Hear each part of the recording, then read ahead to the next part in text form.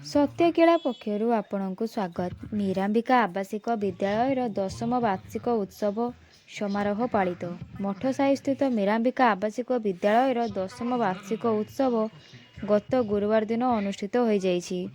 Mirambika educational ଟ୍ରଷ୍ଟର ସଭାପତି ନିରଞ୍ଜନ ଖୁଣ୍ଟିଆଙ୍କ ସଭାପତିତ୍ୱରେ ଅନୁଷ୍ଠିତ ଉତ୍ସବରେ ମୁଖ୍ୟ ଅତିଥି ଭାବେ ଅନ୍ତର୍ଯ୍ୟାମୀ ପଣ୍ଡା, ମୁଖ୍ୟ ବକ୍ତା ଭାବେ କବି ପ୍ରଶାନ୍ତ ଦାସ, ଅତିଥି ଭାବେ ସମାଜସେବୀ ଅଭୟ ଦାସ, ପ୍ରଦୀପ କୁମାର ମିଶ୍ର ଯୋଗ ଦେଇଥିଲେ।